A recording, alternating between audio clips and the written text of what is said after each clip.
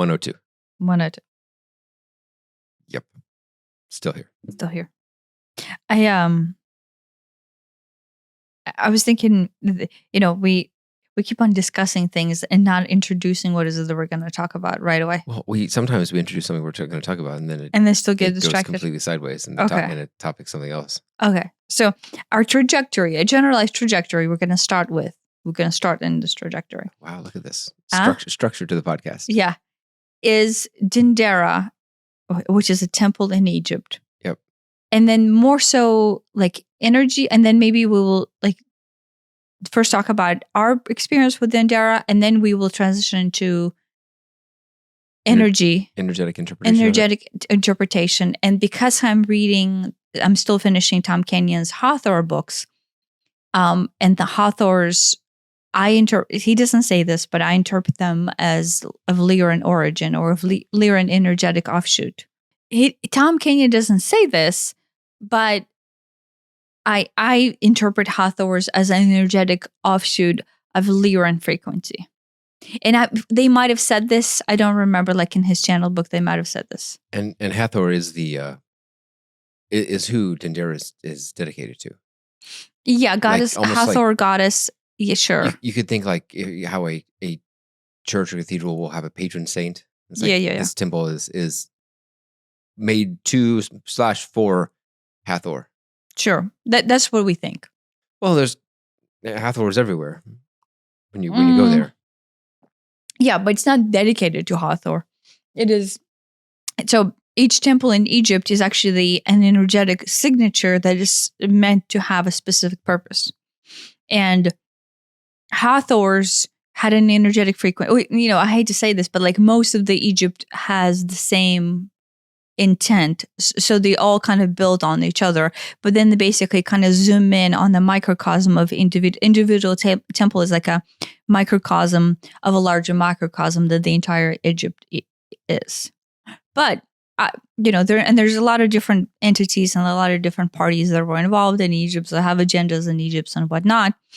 But at the most purest form, Lyran energy that I can feel, and then Lyrans, of course, propagate themselves out into all kinds of cultures. So like Syrians use Lyran energy, Pleiadians really honed in on the Lyran energy in a very specific type of way, but very microcosm type of a way.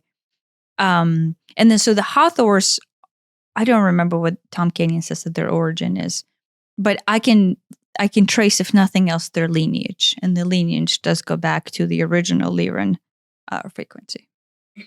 In other cultures that shoot off of it, like, when you, like Syrian energy that I'm familiar with also has Lyran offshoot in it as well, but with a very unique interpretation. So it's really strange. But anyway, so yeah, Dendera is in... It's north of Luxor. Luxor, like an hour or two north of Luxor. So like the Karnak temple and the Luxor temple are in Luxor. And they're like right there in Luxor on, let's say, the proper city. Yeah, right on the Nile.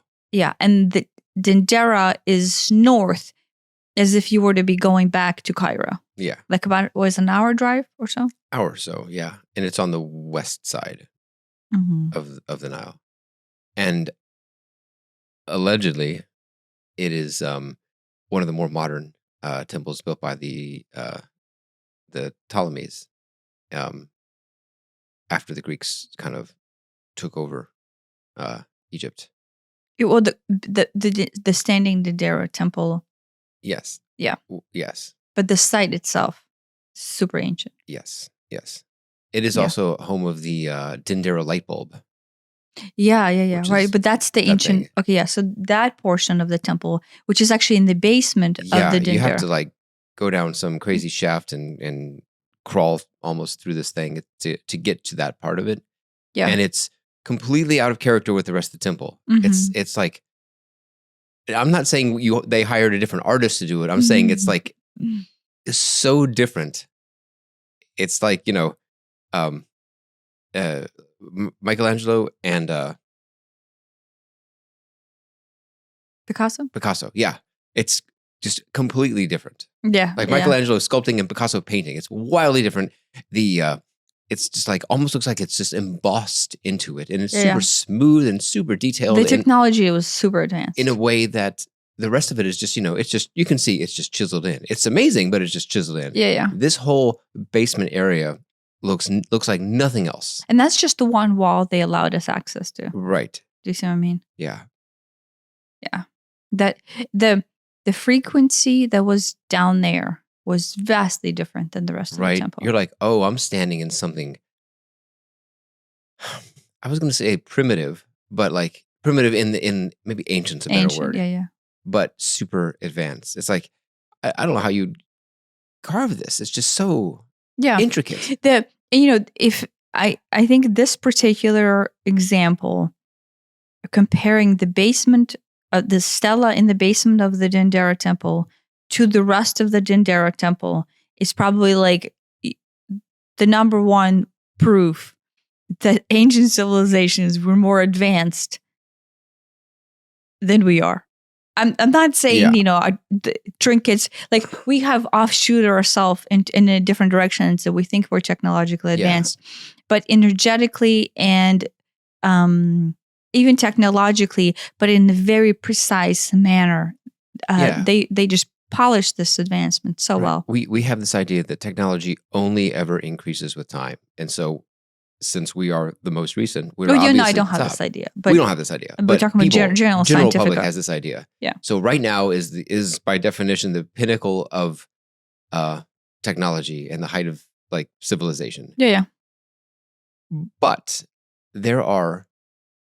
I mean, this is demonstrably not true because there are technologies that have been lost over time. There's the Damascus steel that the Greeks, maybe someone invented, and it was this amazing steel that they lost how to make. Maybe we can make it now, but for thousands of years, nobody knew how to make it after that technology was lost. Is it the Roman cement that keeps getting harder and harder and stronger over time when exposed to like either seawater or sea air? It's like we're not quite sure how to make that, or maybe we are now. But at least there was thousands of years where we didn't know how to make it, and this, let alone the pyramids, we'd struggle to make that today with our own stuff. Yeah. So there's all kinds of. It's provable that things were done in the past that we don't know how to do today. Even with our, striped toothpaste and hydrogen bombs. Yeah, pain. Tribute to John Anthony West on that one. Yes. Yeah. No. So, I would say obviously, I would interpret everything from an energetic standpoint. So, all the technology that we lost, is not even. Physically interpreted. It's right. We lost all energetic technology. I was just making the point that like, if we can lose the physical stuff, then it's just as easy we can lose the energetic stuff. Yeah, the energetic stuff was in portion of our psyche or an interpretation of our being that we refuse to acknowledge. Right. Like we refuse to acknowledge that there's this whole other part of us that has all these other modalities and technologies available to us. And we walk around pretending like that half of us doesn't exist. Yeah, which is ridiculous. We delegate it to technology. We delegated communication to smartphones, and we did. So it's like there's this part of us, whether that's in our mind, whether that's in our higher self, I don't know, that is lying dormant, and we used to be able to access it, and then we somehow lost it or forgot it collectively over the years, over the century, millennia. Yeah. No, and the funny part is all the physical technology that we have invented to help us live are like reminiscent memories of those things being there. Right. And we're just trying to recreate them in the physical space. Sure.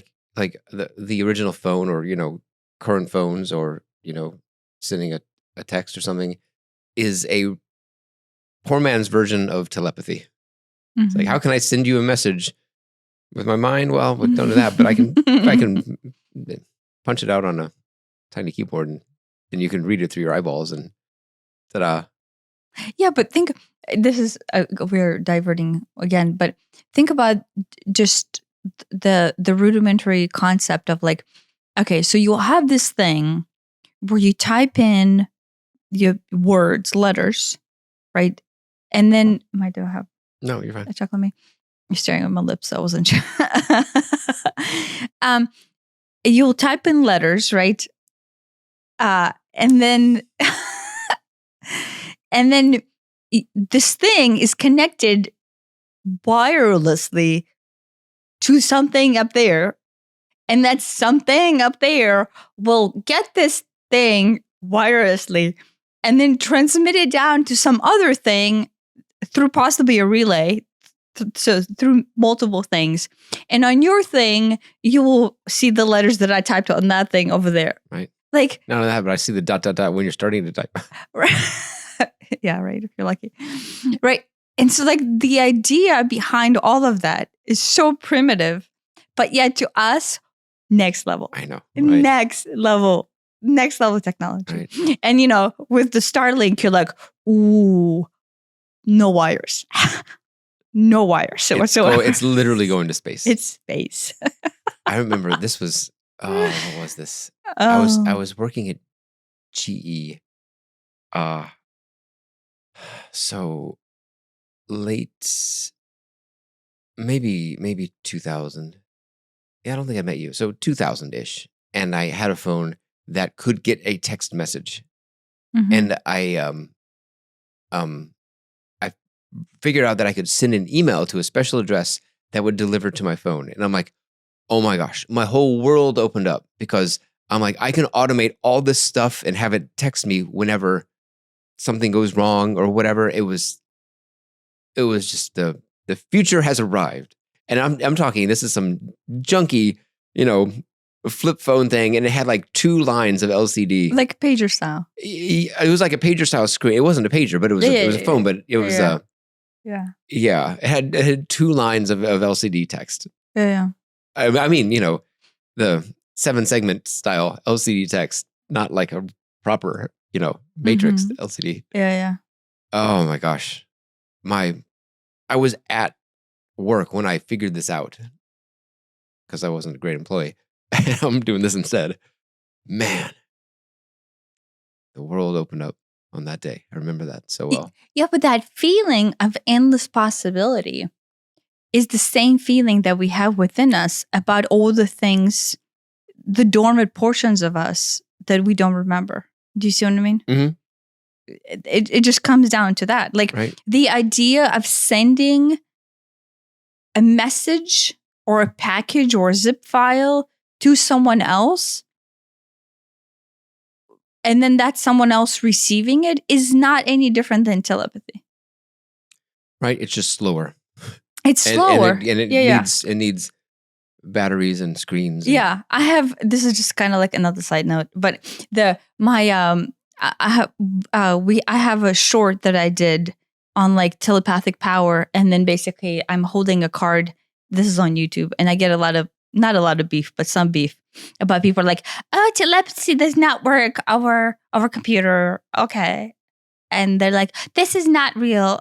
Telepathy is not real. Okay. I don't know why they sound like that. That's what all the negative comments sound like. Yeah, I guess. If you read them in that voice, it doesn't sting as much. Maybe. But it just blows. Obviously, I don't respond to those. But it blows my mind that somebody thinks that telepathy operates under the parameters of time and space.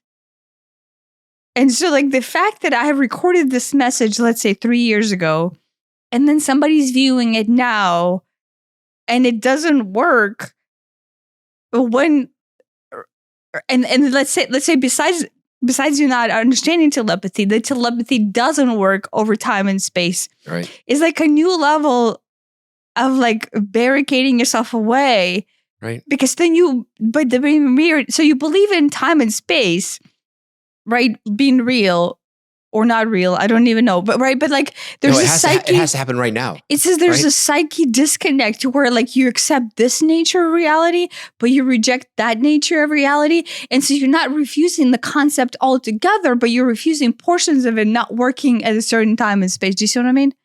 And it fascinates me how we split our psyche from like acceptable versions of reality to, oh, that's just complete bullshit, right? But everybody has their own gradient. It's not black and white, like, okay, here's what my truth is. No, everybody has this gradient. And so these things, sending a message up and then they're relaying and then sending a message down is acceptable. Nobody questions that. And it gets delayed. There have been, sorry to interrupt, there have been cases where a text message gets stuck in the system for months or years. And like this guy, I heard about this. This is true. This guy, I say this is true. Maybe I should check it on Snopes. But I'm going to tell the story anyway as if it was true. Some guy ends up texting his wife or girlfriend, gets in a car crash, dies. Years later, the text from him comes in because like there was, it was like backed up in the AT&T system or something. I know, unless I'm bonkers too, of course, there's that. The psyche just wants to interpret what it wants to interpret. I mean, but in that case, it's kind of like a spiritual. Yeah. Well, I mean, there's that part of it too, yeah, right? Whatever that message, whatever he typed to her would have been somehow relevant at that moment in order for him to connect back with her energetically. I swear there are messages that pop on into my messages on the iPhone that I never saw. But then like it says, here's the day when it was sent. And I was like, how would I not notice this message? And now other people have texted me saying, oh my gosh, I'm so sorry. I completely did not see that you texted me this. Yeah. Yeah. And I'm like, well, what the heck? But it comes in not as a new message delayed. It comes in as if it was sent that time. Mm-hmm. Which is really strange. Maybe you have to cut that portion out. I don't know. Anyway, Dendera. So Dendera, wait, should we go into how we got to Dendera? Sure. We've been to Egypt one time. I think we're getting ready to go back soon. Don't tell the kids. So we end up, long story, slightly shorter. We end up in Luxor and we're staying at this Airbnb. Planned. Yeah. And it's a nice Airbnb and the hosts basically live next door and we see them frequently. And we had wanted to go to Dendera, but it isn't out of the way. It's not next door. Luxor Temple and Karnak Temple are just right there in the city. Mm-hmm. And we're across the river in this like residential area, kind of. Mm-hmm. We have this. It's a really nice house. It's a huge house. It's a huge house. Especially over there. It's Nubian style home, which basically means it's open to the air. Yeah. But they actually have some like window unit air conditioners. Yeah, they have individual bedrooms shut off and they have individual units inside each bedroom. Yeah. But the entire house itself is actually open to the air. Mm. Like that's how Nubian homes have this specially designed circulation. Yeah. Obviously, they're marketed to the Westerners, so you still get very nice air conditioning. Yeah. And so we're talking to the host. And we're saying, we'd really like to go to Dendera. Is that something that you can arrange? And he's like, funny you should say that. Because his wife goes to Dendera like weekly. Mm-hmm. And she is like the resident expert on Dendera.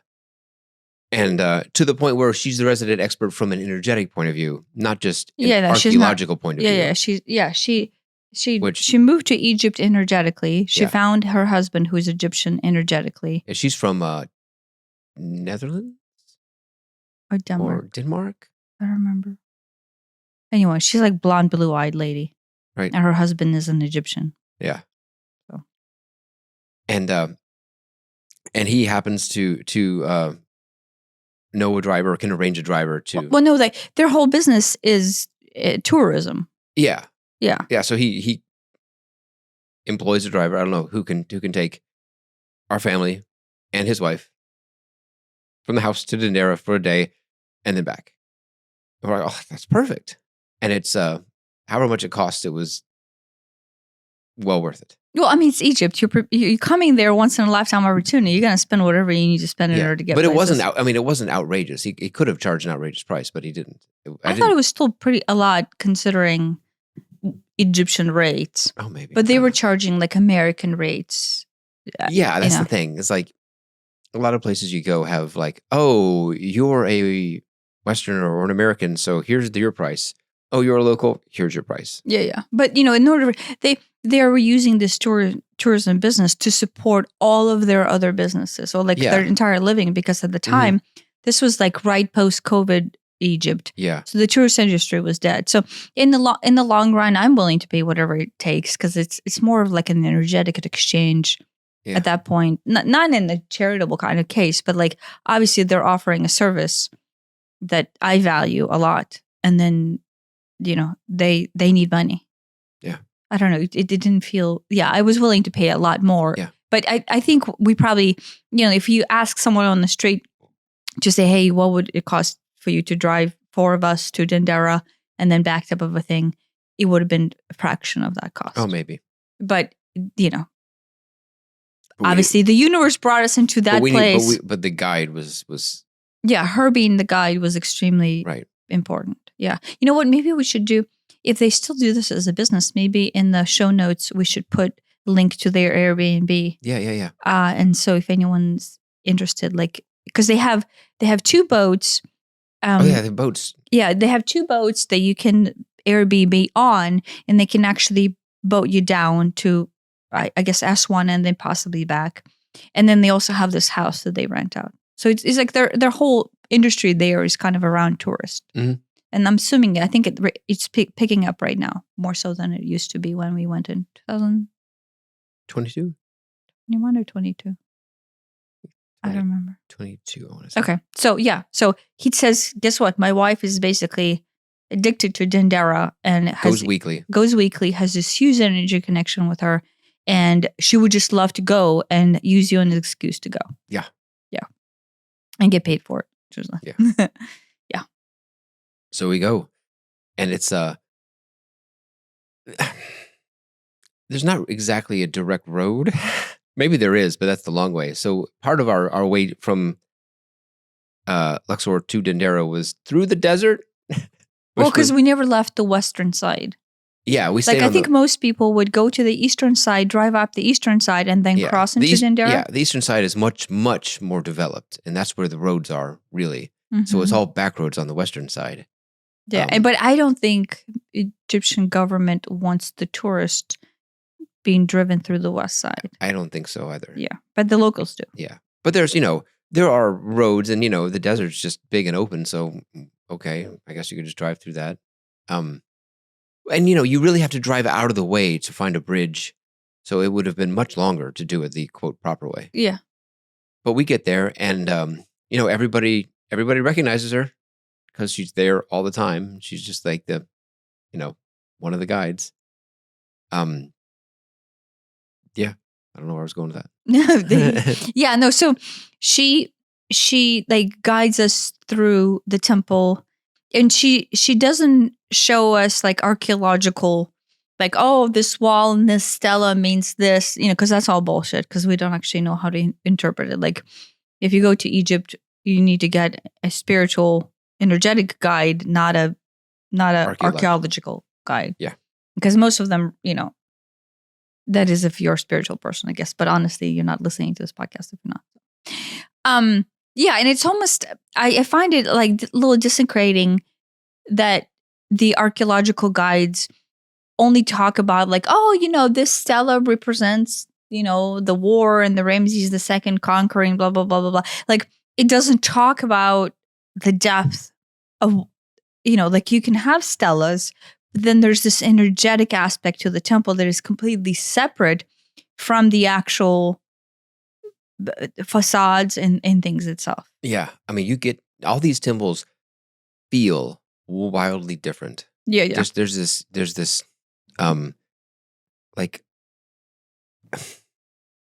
aura that they have that you can feel. Yeah. The whole temple, and they're built on, they're not just plopped right there randomly. That is a pre-existing sacred site from eons ago. Yeah.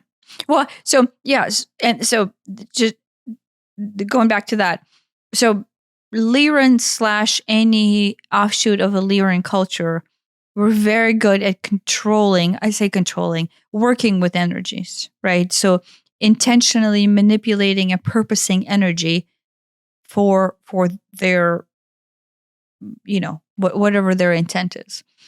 Now, everybody else does this too, but Lyrans had a very high rate connection to kind of like the prime directive, which is propagation of oneness and consciousness into oneness, right? And so their original offshoot of their energetic interpretation is through that, is how do we project connection into oneness and instill and build in more connection into the source. So that's kind of like, if you had to overlay what their prime directive was, that was their prime directive.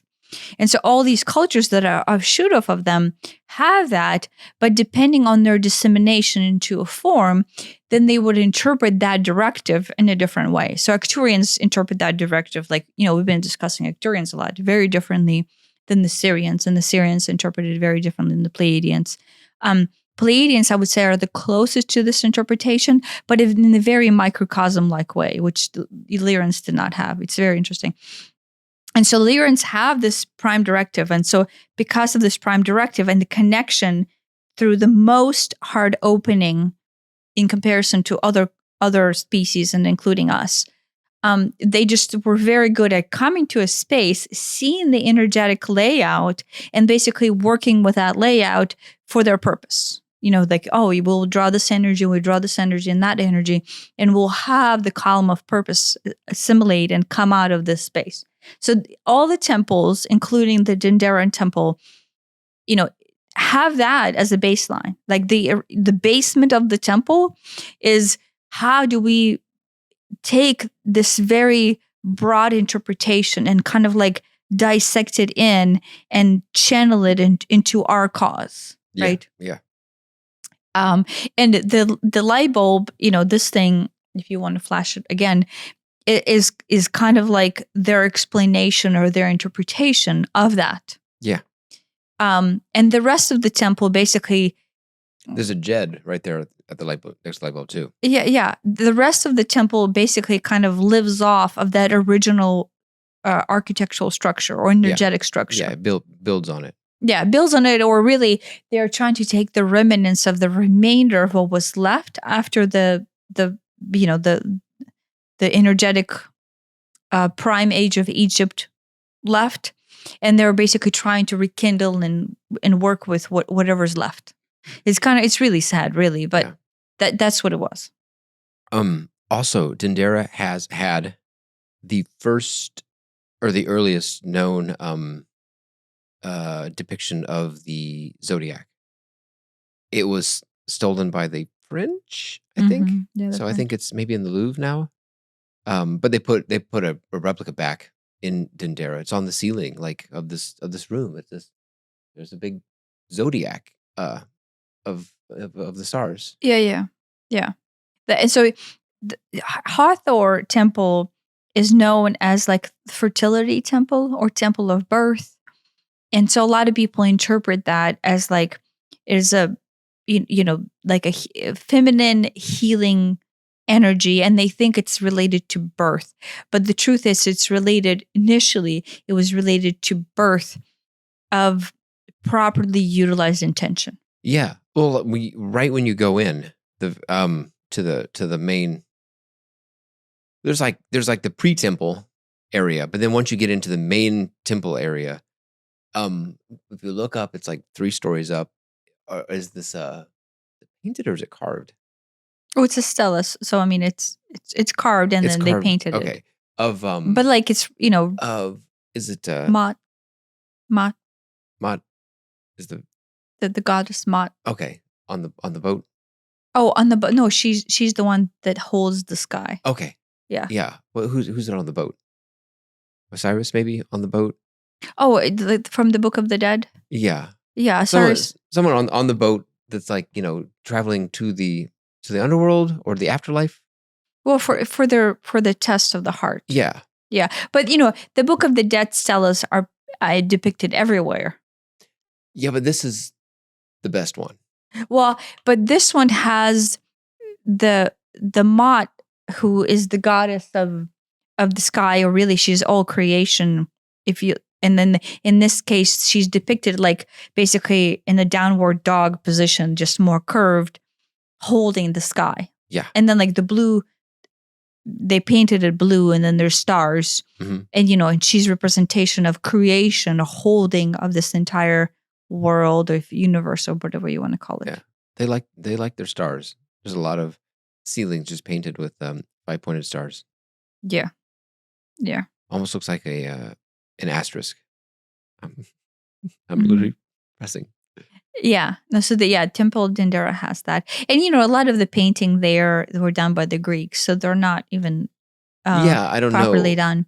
But so when you walk into the temple... I'm sorry. Go ahead. When we went to the Valley of the Kings, a lot of those walkways down had stars lining it, and that would have been well before the Greeks. Yeah. But, the Greeks tried to revive the temple. They were fascinated, just in general. I mean, we talked about Alexander the Great being fascinated by the Greek culture, and of course, he ended up becoming pharaoh. And then his buddy Ptolemy became the next pharaoh, Ptolemy the first. Yeah. And then there was a whole bunch of Ptolemies after that, and they allegedly built what we see as Dendera. Yeah. Well, no, they came there. Right, because the Egypt had the mystery schools. Yes. Right, and so the mystery schools for the Greeks were basically kind of like their access into this mysterious knowledge that no other world had. Right. And, interpretation of oracles came out of that as well. Yeah. And they built the library at Alexandria, I think, in order to kind of help consolidate that. And propagate it, and then it's burnt down. But yeah. No, so when you walk into the main temple, there's all these rooms that are offshoots, off of the main hallway, let's say, and some of them are. So I'm not counting the room that has the old. This old stela, right? The original stela of the temple. That's not one of the rooms, but the temple is designed to where all these offshoots, and most of them are just straight in, but like at the back of it goes up, right? And I don't remember if she said this or I just interpreted it at the time. A lot of them are designed, or most of them are designed for specific chakra healing. I think she said it. But also specific organs. So basically when you walk in, if you're intuitively, synced in enough with energy, you can feel a certain chakra or a body part or even organ. This is an interesting organ being activated and then healed or manipulated or... What's crazy is that these all rooms, which are almost indistinguishable from each other, they're just room, just on the side of the main room, the main big room, and then it has just little, I don't know, like 10 by 10, tiny little rooms. Mm-hmm. But each one just felt so wildly different. You step in and you're just like, oh, okay, it feels like this. You step in the next one, like, it feels completely different. It feels like that all the way around. Yeah. No, oh my gosh, I just get so excited. See your moment of like, oh my gosh, I can send an email into text. This is where I get super hyped up. And they just turned that off like a month ago. Oh, sorry. Yeah, that's how Instabot used to work. Yeah, with me, this is what I get super excited about is, you can literally do that with anything. Yeah. You can take a building, any building. You can basically either use an existing power spot or basically create, a relay into it. And then you can set your intention and program each room to basically have a specific purpose. Yeah. And then instead of going to the hospital, you can literally go to this building and then, with reverence and intent, and obviously there's a procedure that would need to be kept there. You can walk in and have your pancreas or your gallbladder or whatever healed here. And over there, you can go and heal your breast cancer. And over there, you can go and heal your whatever. I mean, that's basically the same thing as feng shui, where a house is lined up. So every room has an energetic purpose. Yeah, sure. Yeah. Yeah. Sure. Yes. That, except in this case, you can literally program healing. Like you're programming code. This is it's the same thing. Yeah. You just program this room designated for that. And it's, I mean, I say this, then like ...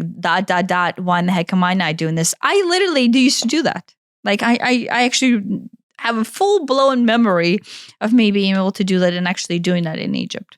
Just programming temples with Lyran intent energy and then disseminating it down into various forms and various interpretations thereof. But what's interesting is that's the easy part, which is kind of weird to say. But the hard part is whenever an initiate comes through, their personal set of criteria and then how they interpret energy and then their personal willingness to be opened actually determines the workings of them being able to receive healing or not being able to receive healing. Do you know what I mean? And that's the difficult part, is like you can set this room up and I can guarantee you 120% it will work just as it's set up. But when you come in, your personal situation, let's just say, I will use that word, will basically have it work or not work to the percent extent that you are basically blocking the signal. Right. I mean, on one level, if you believe it will, that helps to be open to it. It's more than that. Yes. The biggest problem in all of these healing temples, and Dendera was one of them, was to have the initiate be prepared the right way in order to receive and understand what is that was going to be given to them like that. That was the easiest part. Like, I can give you whatever you want and it will work like that, 120%. I have done my work. I know this room works, right? Like, you want to get pregnant? Boom. Well, not you, but the women who would come in who were trying to conceive and have a good labor. That was later, right? That was just one of the offshoots. But then now people think like, oh, I want to get pregnant. Oh, let's go to Dendera. You know what I mean? There's that story. Yeah. But the reason why it worked. So yes. So the main problem then came up with humanity incarnated into this form. But at the time, humanity was even vibrating at the higher range of a frequency. But it was still already a problem, is you had to basically spend 99.999% of the time actually working with an individual, right? Either in a group setting or individualized setting. And then 0.00001% was actually the healing itself. Yeah. It's all prep work. It's all prep work in order to have them in the right space to receive the healing. Right.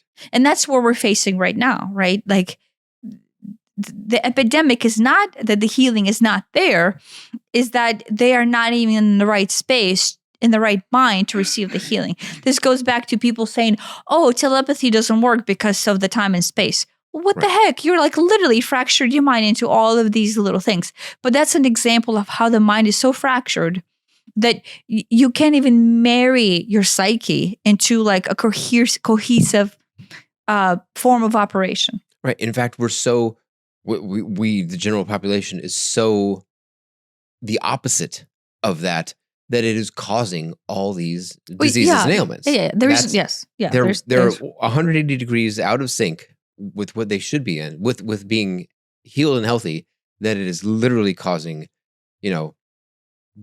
all these heart diseases and diabetes and obesity and what's the arthritis and all Yeah. And it's just Yeah. So Our mindset causes our sickness. But these temples were not only they were going to wipe your sickness off, they were all upgrades to the next level. Do you see what I mean? The temple initially was not like, oh, look, the population is dying and sick. Let's design this temple in order to whatever. No, each one was an alignment into a greater cohesion with your whole self for an ascension of your entire being into a higher frequency. Yeah. And that was Egypt, original Egypt, right? Yeah, the initial temple designs, right? I'm talking about ancient Egypt. Were that like Lyrans came in and then basically they knew that there was a way they can help the existing population to ascend into a high vibrational range, right? And that was it. Like, we will design this temple and you will come in and you basically will upgrade your chakra systems to be able to as an entire being ascend up into a high vibratory frequency of interpretation, right? Yeah. That was it.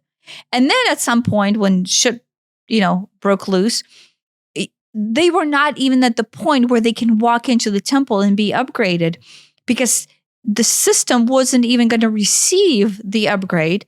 Now you had to basically address the crumbling of the entire human infrastructure, the organ infrastructure, before you were even able to address the upgrades. Yeah. The purpose of the temple, from its original intent to where humanity progressed itself to, changed.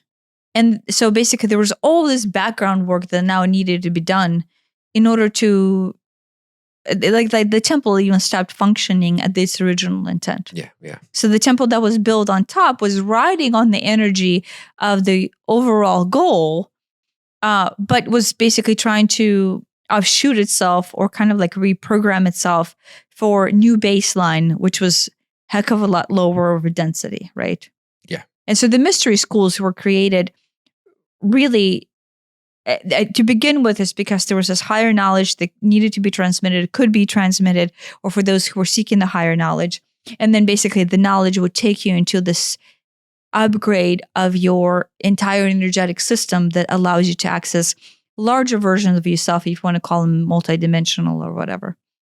But very quickly, right, through the control, I mean, there was a lot of corruption in Egypt, but through their control of the masses, when the power was taken away from the people, it went into, there's no upgrades. It's just now it's just how do we keep people from survive? Like, how do we keep them surviving? And, my lifetime that I remember were the entities, whatever form I happened to be in at the time. I don't remember what energy it was, but I knew I could transmit Lyran energy. And there was basically being taken away from people even being able to feel it, and were given to the pharaohs, the corrupt pharaohs, and the corrupt priest class in order to control people with it. Yeah. Not dissimilar from Christianity in a way. And then basically give it to them in like these finite chunks, or make them believe that they were receiving it in finite chunks, right? Which basically took away the natural body's ability to perceive healing. Body heals, it's just you don't understand that it does. Right. It's like you get it and it feels good, and you know that there's truth in there, but it's just handed out in these little doses in order to keep a middleman in there so that they can retain some power. Yeah, but the middleman is because when we are on the other side of interpretation of reality, where we think we are not connected to the isness of the energy, right? We don't interpret energy. There's this whole half of us that is completely cut off. Then you're basically, your body and your system still functions with that energy, but you don't interpret the energy. And so your sovereignty of that energy actually gets taken away and mispurposed to whoever you're surrendering your sovereignty to. And so there, as far as propagation of propaganda, that was one of the probably initial disseminations of it was, you don't have this power, and we take it. Like, it's not that you don't have it, you have it. It's just, how are you using it? And if you're not using it, then you're surrendering. And if you're not surrendering, then you're basically just a tool for somebody else to use. Yeah. Which is, you end up giving your power away. Basically. Yeah. And that's what Egypt became, unfortunately, right? Like the dark ages of Egypt were people who knew this, and spend a lot of time utilizing this process to control humanity, which is very unfortunate. In fact, the dream that I just had that I told you about was that. And a couple of episodes ago, we were talking about that and how people are still to this day are using this as a tool. But everybody is using this as a tool. Like subconsciously, we lost our sovereignty and we lost our personal intent. And because we don't remember this other half of us, we're walking around like, texting messages and satellite phones and whatever the fuck we're talking about. But the truth is, but who's using the other 50% of you at this point? Yeah. That is actually more important 50% of you, because that 50% actually rides into the other 50%, and then you become whole, which is its own being. You become its own being that you don't even recognize when you combine the two 50%. Does that make sense? Yeah. Yeah. So as far as I get super excited, this is where I was going with this, is because we can still do that. I can still do that. Now I guess there's a question, why am I not doing that? Right. Edgar Casey was doing that in his own interpreted way. Do you know what I mean? His center that he was building in Virginia Beach had that intent, right? He was a priest, temple master, and then he was going to basically propagate this intent into his facility. Now, it never happened. That's not what the facility is right now, but that was the dream. I have that dream. Right? Yes, subconsciously. We want a center. Yeah, but now that I think about it, I want a center where I can do that. But is the lack of a center what's stopping you? I don't know. Right. I mean, we've been talking about all kinds of, right? As a humanity, you are deriving the universe from your personal filter.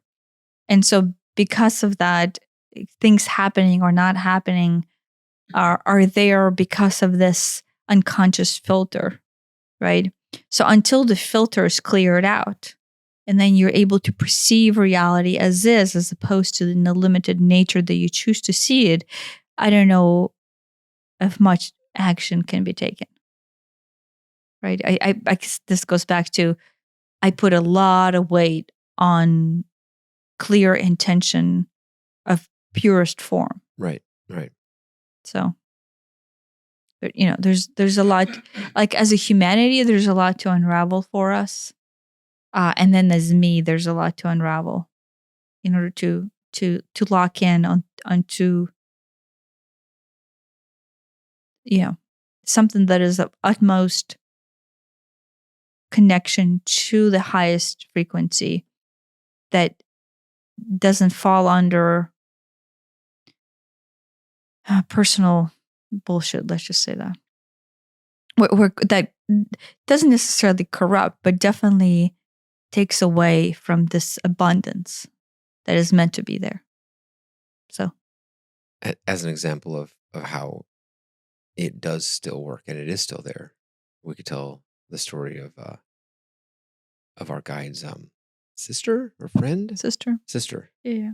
So her sister was diagnosed with breast cancer, and it wasn't going well, and so the guide was like, just come on over to Egypt and stay with me for a while, and she did, and so they're like, well, let's go to Dendera, and so she took her to Dendera, not telling her why. I think I thought she said that. Well, I mean, at this time, she has already been going there, knowing that this is a healing place, right? But I think she did say, just come there. Maybe I remember she said like, this will heal you, but like, come there, it cannot hurt, type of a thing. Yeah, and so they go to Dendera. They go around, and was it there or was it afterward that it happened? Oh, the itself. No, it's there. So when she guides you through the temple, she guides you like a specific way that I think our guided to her, right? So she takes you into these specific rooms, and then you can interpret them however you want. And then basically, there's the idea of descension and then ascension. Yes. So, from rudimentary understanding of energy, that is her guiding principle. Is the temple is designed to where you visit these rooms and you travel down into the underworld, and the light bulb is in the underworld, in order to then ascend up. So basically, I will just cut through and say from energetically how it works. In order on Earth, because we're in a three-dimensional material form, and we interpret reality, right? Just like in the alchemist thing, she said, but I'm just kind of, I guess maybe digesting it in a different way. You have to be connected to your root form, your root chakra, in order to do any kind of progression into the higher realms. That's just the nature of a three-dimensional form. Now, if we were not in three-dimensional form, connection to the root or earth is not as important because we are already in etheric form, interpreting ourselves etherically. Right. But you would still connect into all of your chakras in order to work with your entire system. But on Earth, our tie-in into Earth is extremely important as long as we remain in physical form. So the idea of most of these temples is you come in and you go through a process on the main level through chakra transistors and whatnot, but then you go down in order to come back up. Yeah. And the temple is designed that way. So it's Right. kind of like this ascension process up to where you go to the top room, and at the top room it is opened to the sky, and there's a huge light shining down. Yeah. And the mystery, the people who manage that room and who have the guides that come in that know, basically put you in the center of it.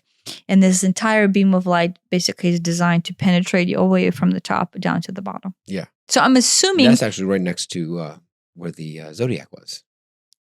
It's really close. it's close. And then that room had huge amount of very small hieroglyphs that were Right. There was like a novel written on the walls in just tiny. Yeah. So much text. Yeah. But it was like a stepping stone into that room that had the cut out from the light from the ceiling.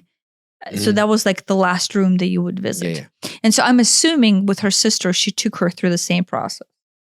Right. Yeah. And I don't know if did it happen there? Yeah. So at some point she gets sick.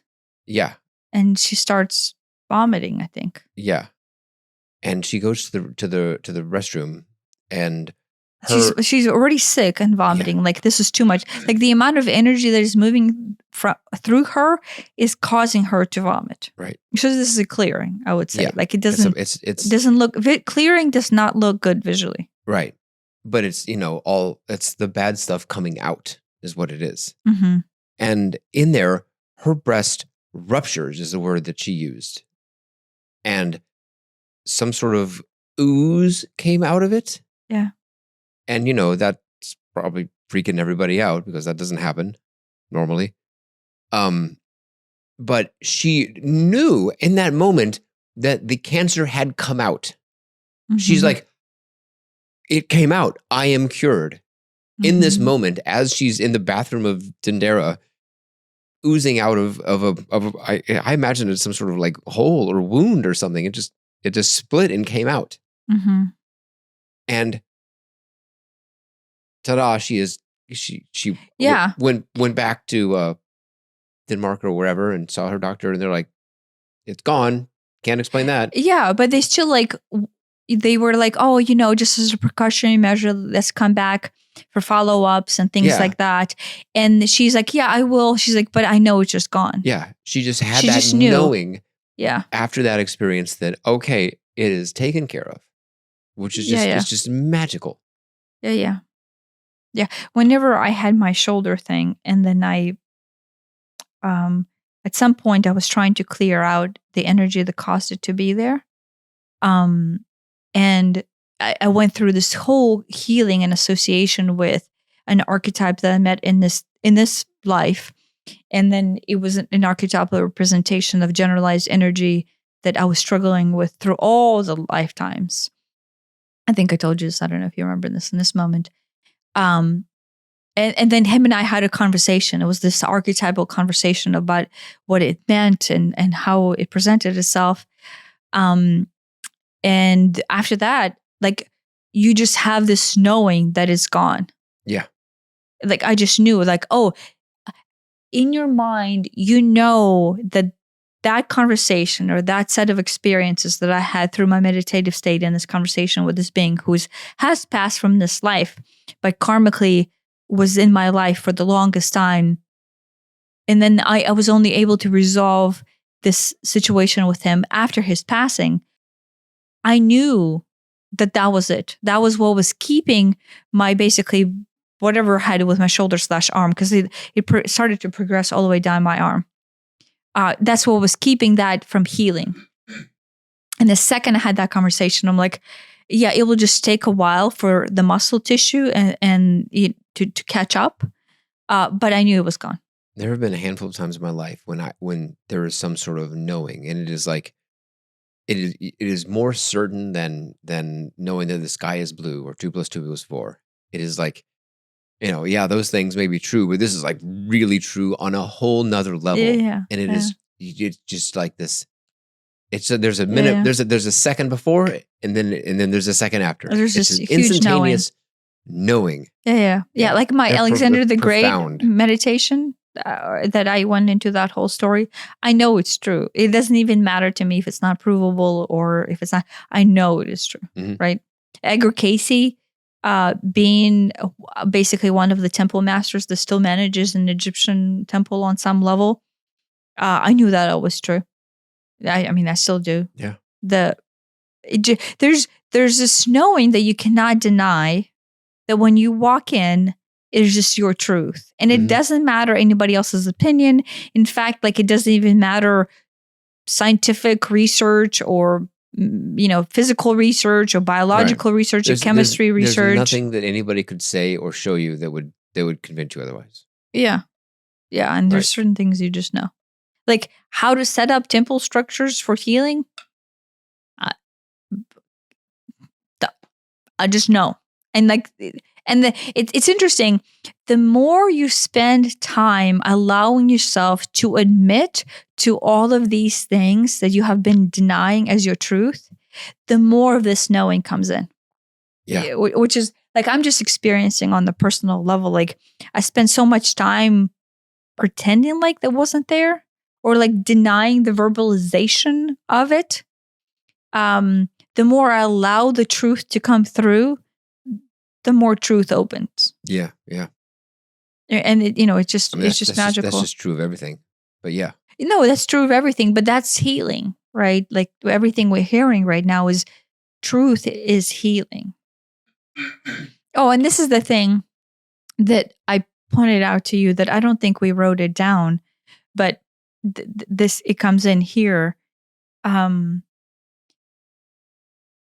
There's so healing and integration and complete of your wholeness in order to, even if your goal is not to ascend anywhere or go anywhere and you have any higher mastery, higher understanding, just be at peace, right, with yourself, and then allow yourself to be self. Just that, right? Like rudimentary. That's how it looks like. That's 99% of stopping diseases and healing them.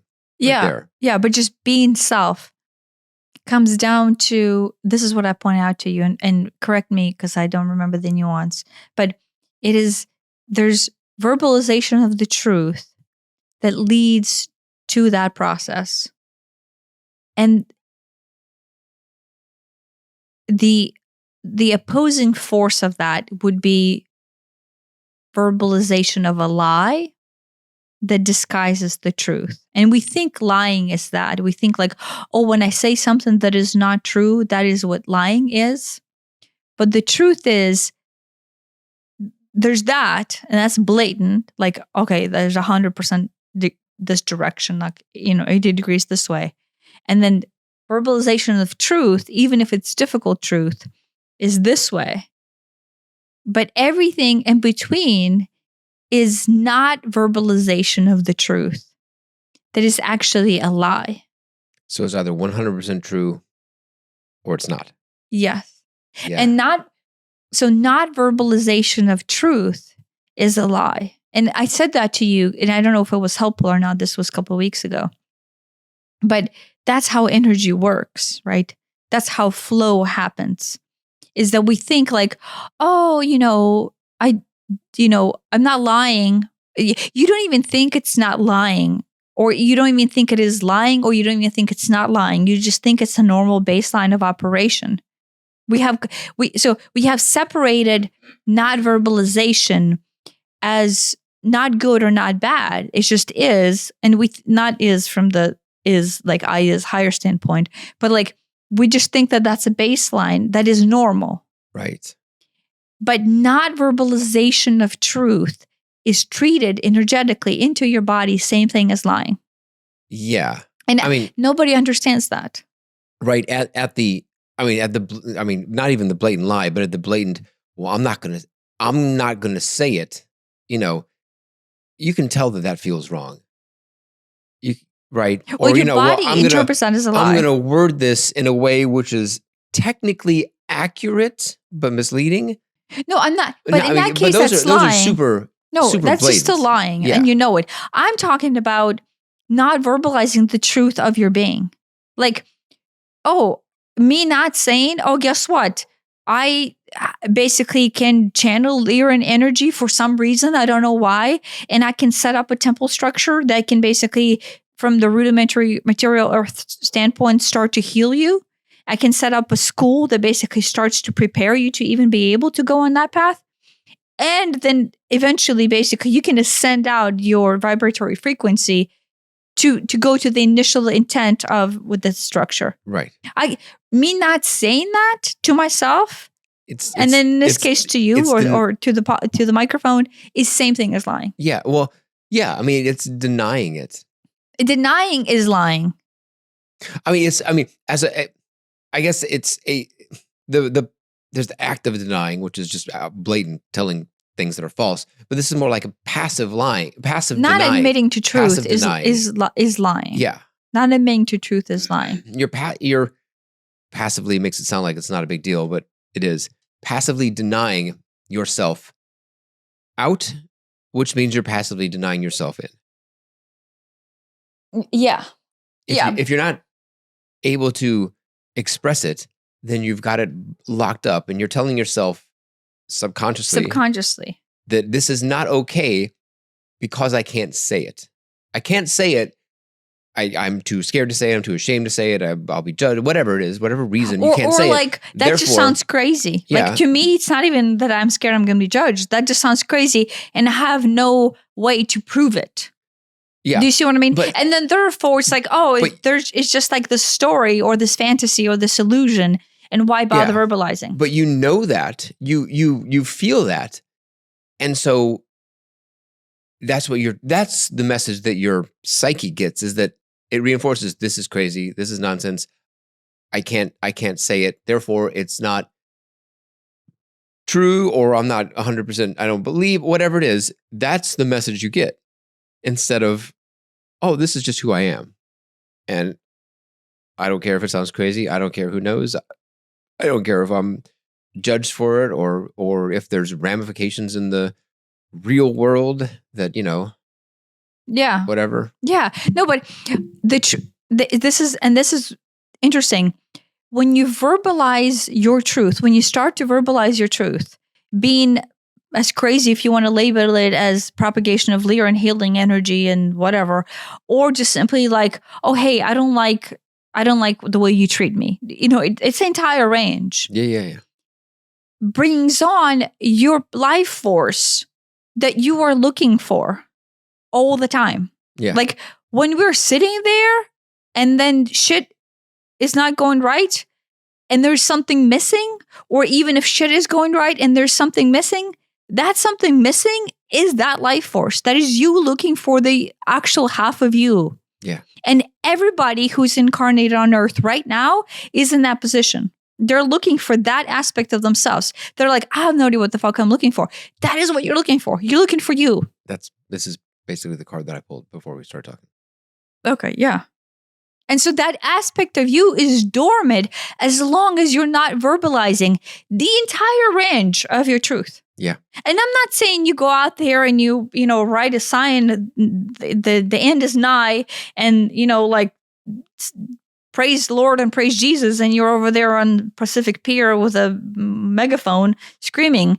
That is not what I'm saying. I'm saying is your body interprets your own vibrational frequency as allowing of truth. Therefore, there's a path for me to access my entire self, or there's not a path to me access my entire self. Right.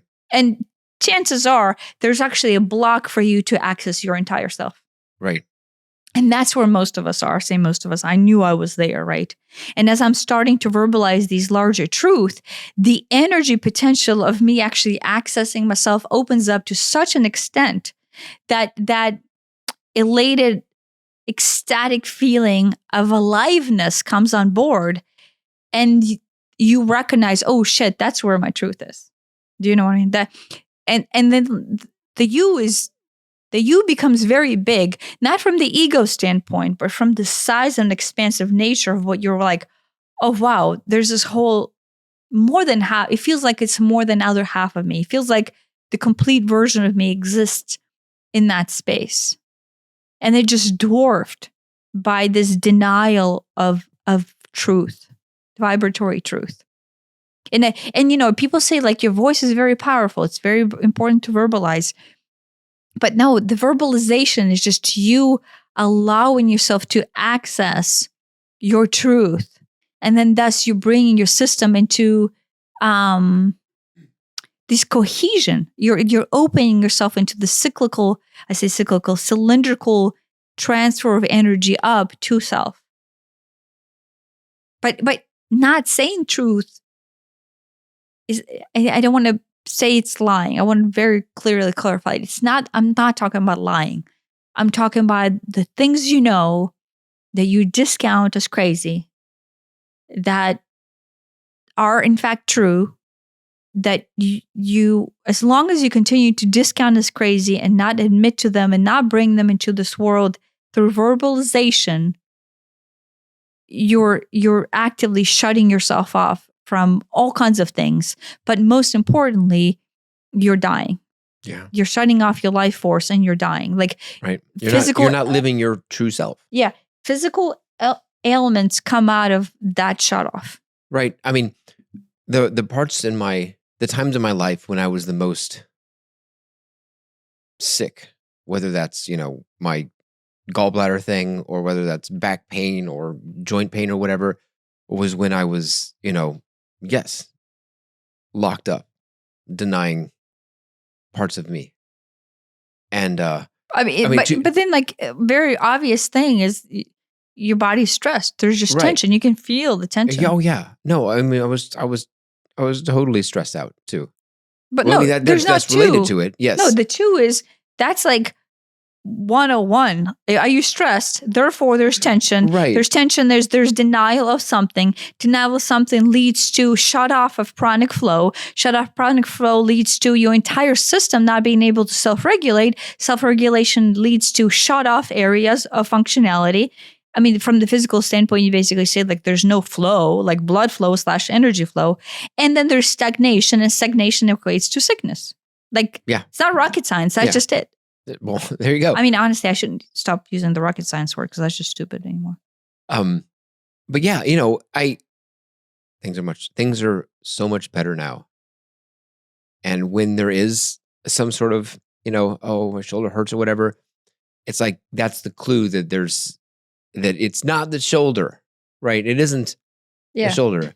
Even when there's some sort of quote accident that happens, oh, I poked my finger on a thing or I hit my head on a thing. It's like, there's some, it's not just the accident. There's something behind it that is a thing. Small accidents is like the kindness of the universe going, hey, hey. Yeah. Like when you wake up your child and you're like, hey, it's time to wake up, and you're all gentle about it. It's like, there's that. And then 10 minutes later or 30 minutes later, like, holy shit, get up. And that's cancer. Yeah. And like, right? hey, that's like a light poke. It's the soft bottom. It's Very, it's very, like, very soft. oh, that's like an elbow hurting. Yeah. As opposed to like, now my arm is broken. I stubbed my toe versus I've been in a terrible car crash. Yeah. Yeah. Yeah. But the universe is so gentle and so slow and has so much grace to give you all the time that you need in order to find yourself. Right.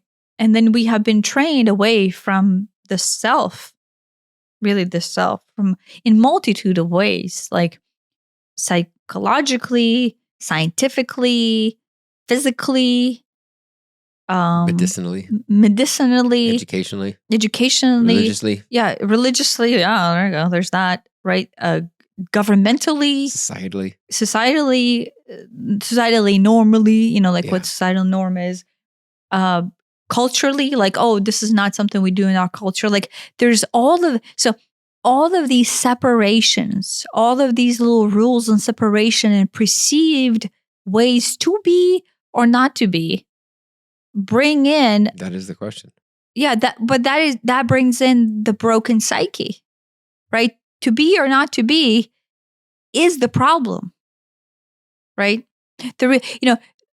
This is kind of like a side note, but our son Aiden is auditioning, and one of the plays he's auditioning for is Shakespeare, and then and he has a huge aversion to Shakespeare, like huge, like right.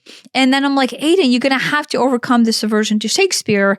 In acting, a lot of nuances explored through Shakespeare, and I'm like, what's up? Like, you're gonna have to research it. And then they're just so genius. The children who are younger than us these days. He's like, well, Mom, I'm like, Shakespeare has terrible energy. I'm like, don't you know, right? Like, can't you see it? And like, it never dawned on me to look into this, right? And the second he says it, I go, okay, yes, it does. And I realize, holy shit, Shakespeare just carries this terrible energy. And he is so intuitive that he doesn't want to have anything to do with it. And he has this huge aversion to walking into that world, right? And I'm like, I need to talk to him about this. And I'm like, what is it that has him so turned off? And I'm like, but yes, he's absolutely right. Shakespeare has terrible energy. But the Shakespeare is a way to propagate this psyche split into all versions of duality. I mean, that's what all the plays are. There's always some sort of split. There's a very, whether it's the Montagues and the Capulets, or whether it's Hamlet versus whoever he was against. I don't remember now. I guess I don't Iago? know. I don't know. Or is that his friend? I have not studied Shakespeare, so I don't actually know. But everything there seems to be a lot of polarity. Yes, everything is to be or not to be, right? I know that enough to bring this up on purpose. It's duality. It's being or not being, as opposed to seeing the existence of the entire self, which is what Egyptian mystery schools were basically trying to get humanity to go into. It's not seeing the split of to be or not to be. It's ascending past the split of being or not being. And if people see Shakespeare for what it's meant to be, I don't know why this has come to be. It is split of psyche. It is completely split of psyche. And I don't know I don't know how all of his plays or all of his stories end. If you ever see this larger, usually not well. Yeah, from a physical standpoint. Does the play leave you alone to explore and marry the nature of this split on your own, or does it ever take you that direction? I'm the wrong person to ask for that. Okay, so there's that question. But us not being expert in Shakespeare, the energetic frequency of Shakespeare is to explore that nature. And if somebody is ascended enough in their understanding of reality, it feels like you're going backwards. It feels like you're going backwards. But, at this point, us being in this time and space, Shakespeare is over 500 years old, right? So that nature of the split might have been the path to humanity over the last 500 years to start to nuance and study the split of psyche, a split of nature of self. But at this point, we are at the vibratory state where we're conjoining the split and seeing past the duality. This is the reason why I have a problem with yin and yang. Like, I have a huge aversion to it, in the same way that Aiden has an aversion to Shakespeare, but both of them represent the same nuance. Right. It's like there's I don't know, I see it as like there's a time and place for it. It has a purpose. It's just whether that purpose is applicable to this individual at this time in this place. Well, maybe not. Through mystery schools, whenever you ascend up the understanding, there's a time and place where you take care of the ideas of to be or not to be and exploration of that. And then there's the time and space where you upgrade up to the idea that within the lightness there's dark and within the darkness there's light. And the entire combination has the entire thing going. But then there's another level of ascension where you go, there is no such thing as lightness and dark, right? And at least my vibratory state is very comfortable there. And I see that as my truth and my reality. And it could be simply just because I have to be in that space in order to be able to draw frequency up. Yeah. And then Aiden is also in that discomfort where to be as not to be is lower than his vibratory nature of reality. And he understands that he himself, and then thus his propagation of energy down cannot go there. Specifically with to be or not to be, it is very on or off. There's not like, well, is it hot or is it cold? Well, there's a nice gradient. There's a continuum of, cold to warmer to hot. And, is boiling water hot? Yes. Well, not compared to a fire. Is a fire hot? Yes. Well, not compared to the sun. Is the sun hot? Yes. Well, not compared to a supernova. So there's this, what is hot? What is cold? It's all relative and flowing. Squeaky chair.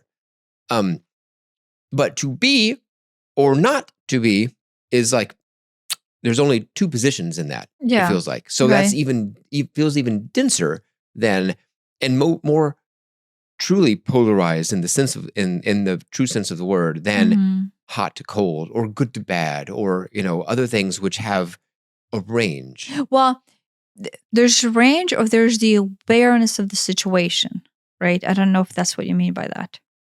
And so the only thing I know about Shakespeare is I have seen Romeo and Juliet, and I know the Romeo and Juliet story, right? So like this is the example I can give. Now I don't know how he wrote it versus how the Hollywood interpreted it or whatever, but I saw the movie, right? The Leonardo DiCaprio movie? Yeah, right. Well, and then I saw some Romeo and Juliet movies in Russian as well back when I was in Ukraine. But again, this is Hollywood / cinematographic interpretation of let's say at least 500-year-old text, right? But the idea that you experience love, right, and then the Romeo and Juliet love is supposed to be transcendent, like it is transcendent but forbidden. Well, but no, it's transcendent. To begin with, it is transcendent love that overrides the psyche, like right. That's the way I interpret their love. It's just this real love. It's the most real thing that there exists, right? I don't know how people interpret it, but there's love, right? Real love. And then there's the world, and the world it has all these rules, and the rules are, oh, we are this family, and we're this family, and we hate each other, so you shouldn't be together, right? And oh, you dishonor your family by doing this, so you shouldn't be with him or her, right? What? Or you're rich and he's poor. That wasn't the case, but therefore you shouldn't be together. Sure. Oh, look how what everybody will think of us when you are with him and what the political dynamic of that situation is. There's that. Whether it's race or religion or societal class or ethnicity or but there's matters of the heart that the two young souls are trapped at, and then the nuances of the world that are these stories are in fact irrelevant, but then override the matters of the heart, right? Right. And so you get lost to the ideas that are irrelevant, but override the truth. Well, that's back to basically lying to yourself. Yes, you're lying to yourself because you're denying the matters of the heart. That is the utmost truth, where you are in like that elated, euphoric state of being, right? Because chances are, if the Shakespeareans interpreted love, when you are together, there's no one else and there's no anything else. It's like this oneness and euphoria of the feminine and the masculine coming together in this perfect balance of like ascended feeling. Yeah. And that is of utmost truth. But then the world comes in there and tries to tear it apart. Yeah. And then, but they're lies. There's all these lies that are tearing this euphoric truth of your union apart. So you take something that does not have splits of duality in any way, that is your love, pure love, and you basically tear it apart through nonsensical lies that to some people matter more than the matters of the heart. And you betray your own self by listening to other people's betrayal through their propagation of stories, politically, medically, scientifically, quantum mechanically, whatever. There's all these lies that then you take on and you corrupt your own heart and your own being from that. So, and then to their point of the Romeo and Juliet is,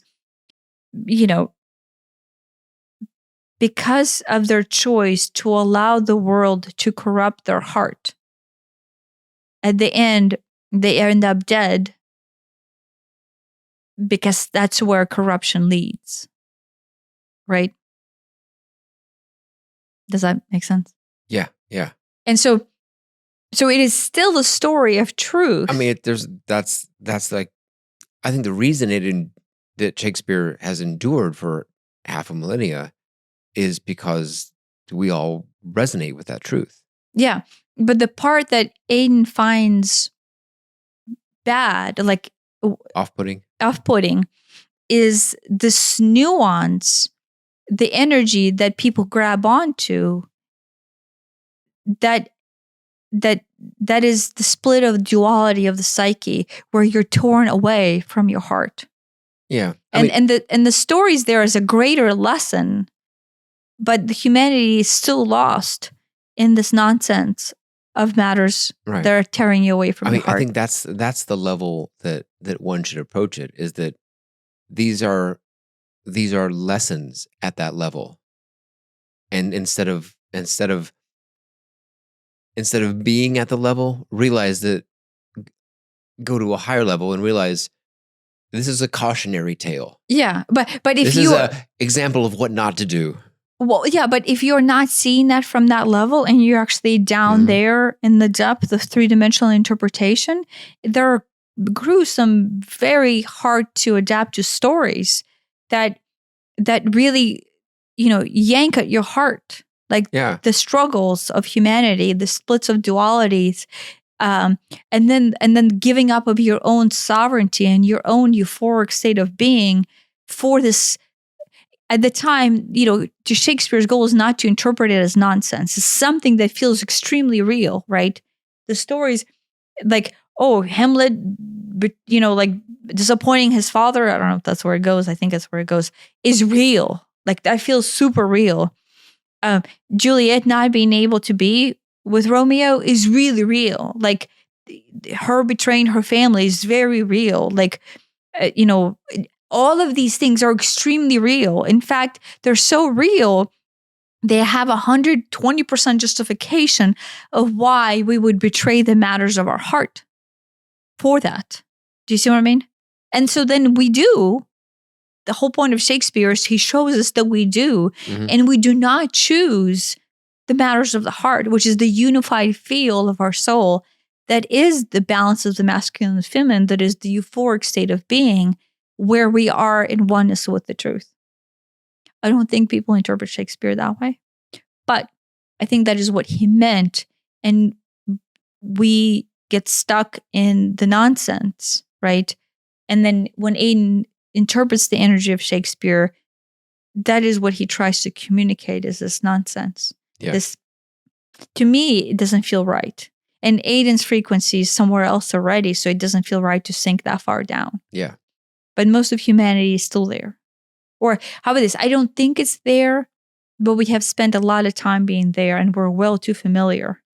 And right now is kind of that pivotal cautionary tale point of, do we continue to deny the truth, the essence of our being, where we verbalize the truth, where we follow the matters of the heart, where we allow that energy to override the nonsensical shit that are lies / non-verbalized truth. Yeah. Yeah. So Dendera? Dendera. Yeah, but right, the Dendera is... But Dendera is a 3D physical location structure example of that. Well, everything is example of that. But yes, like Dendera is a living representation of where we used to be, what we have adapted to make the best of what was left.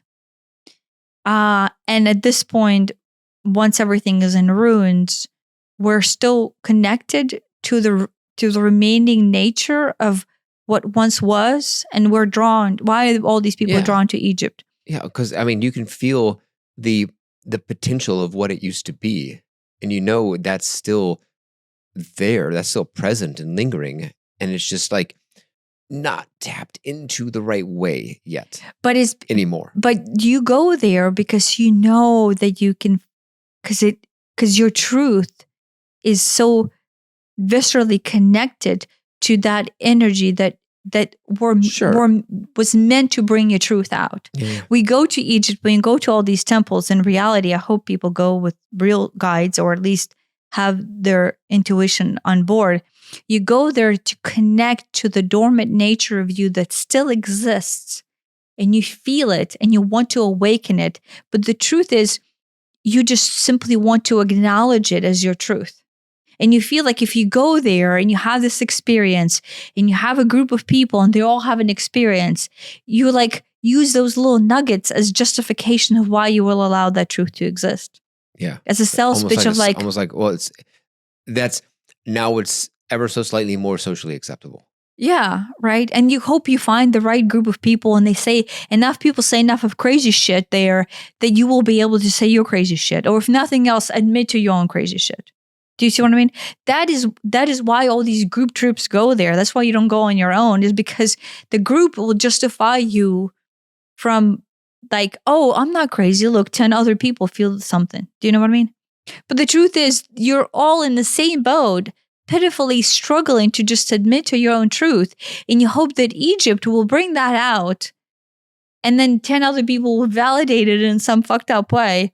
And then you will be okay verbalizing a small, tiny portion of yourself. But that's a struggle that you have both on your ascended version of your higher self and just day to day. Like saying, no, this is not right. Or like, oh no, this plant talks to me. Anytime I shop for plants, I don't know if you notice this or not, I always verbalize how they talk. Yeah. And I purposely say that because if enough people around me hear it, then they will think I'm crazy, which is my goal. But then deep down, they will connect to the essence of why they're shopping for plants. Right. Yes. Right. Yes. And the truth is if I verbalize that to myself enough, my psyche will start to assimilate the truth that I already feel. And then as a bonus point, guess what? Enough people who will hear me say crazy shit will double think, right? They might blanket it as crazy, but the truth is deep down in their psyche that the thought process will actually touch some essence of themselves that they're denying of like, wait, why in the fuck am I shopping for plants? Why am I buying flowers? I mean, we have this draw. I mean, we, not just us, but humans have this draw to plants. We want, you know, there's this whole, trope of like, the crazy plant people, like crazy cat people, but crazy plant people who just have all these plants in their house. And it's like, yes, more of that. We crave plants and trees and nature. And plants are the way that in the modern world, we can bring some nature to us if we can't go to the nature, especially if you're in the city or you're inside a lot. If you're in an office having a little plant, we feel that connection and we crave that connection. But besides it being nature, they talk to us. Yes. We know it subconsciously. Yeah. We're drawn to them because if you're walking down the street and somebody says, "Oh, hey ma'am, do you blah, blah, blah?" Guess what you will do naturally as a human being? You will change the course of your direction. You will walk to that person and you will start a conversation either based on their question or whatever. And you will have this moment of connection and then you will move on, right? But there's this energetic exchange that's happening that veered you off of your path because somebody asked you for what time it is. No, nobody does that anymore. Or like, hey, do you know where this and this and this, whatever it is, right? There's that signature and there's that moment. So when you're walking and then there are plants and you go, bloop, guess what? There's literally a call from a plant for you to go that direction and basically interact with whatever conversation they're having or whatever energetic exchange that they want you to participate in, or you're choosing to participate on this on the sideline, even if you're not the main attraction. And then guess what? You decide what that relationship is. You walk away, you had that exchange, or you take the plant with you home. Yeah.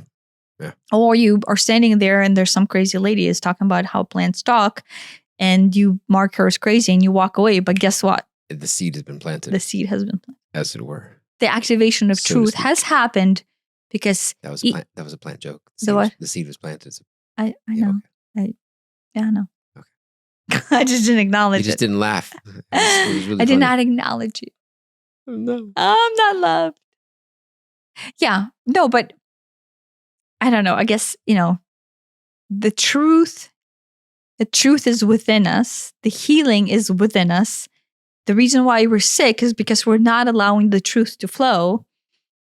And then Egypt, but a whole bunch of other sites. It doesn't have to be right. Egypt. And you don't need to go somewhere to do this. No. That's just like calling it a shortcut's the wrong thing to do it. It's like, it's a way that makes it more obvious that this is a thing. You visit Egypt and you're like, oh, right. Here at Dendera, it happens to be, latent with that energy, that frequency, and it makes it really obvious. But then you go home and you're sitting on your couch, you're like, yeah, right here is possible too. You don't need to be in a specific place. You don't need to go to a cave. You don't need to be in a temple in Egypt. You can be in your apartment in New York. It's all up in here. It's not. But we program ourselves to allow Egypt to deliver an experience for us. So therefore we leave the door cracked open. Right. But in New York, we don't. That's the difference, is that we societally go, well, Egypt's magical, but New York is not. My apartment's not. Yeah. My house isn't. My office isn't. So we split it there. When it's A, everywhere is special, and B, you don't need to be in a location to do this, to be open to healing and, individuating yourself. Yeah. But I want to say too, like if anyone's going to Egypt and they're trying to find just the right guide to take you there, or if their guide is like scientific and not spiritual, don't let that stop you. Yeah, like I would say, do not put your sovereignty away on that guide, right? Yeah, we had a guide, and he told us stuff, and it was interesting and everything, but I just fundamentally disagree with part of it. Yeah, but at the same time, just because we found our guide that took us to Dendera, we did not rely on her to tell us anything. Right. She took us to the places, But intuitively, I chose to interpret my own interpretation of all of these things. She would say like, oh yeah, these are different chakras, interpretation, whatnot. But I validated that within myself and I interpreted my own way. And so you don't have to have the guide there. Honestly, John Anthony West's, what is it, Traveler's Guidebook to Egypt is really, really good. Oh yeah. And it has a lot of the history, but it is like this is what archaeologists think the history is, kind of like a thing. But then, you know, maybe we don't really know some of these details, but it does point out the things that you should look at the different sites. Like, oh, here's you know, when you're at Dendera, make sure you see the light bulb. When you're at Luxor, make sure you see the whatever. But he does talk about energetic aspects of it. I don't know that it talks about energetic aspects. Yeah. But I do recommend that one. Yeah. Yeah. I mean, I think there's, you know, not everybody has this luxury, but technically just enough why it's cheaper.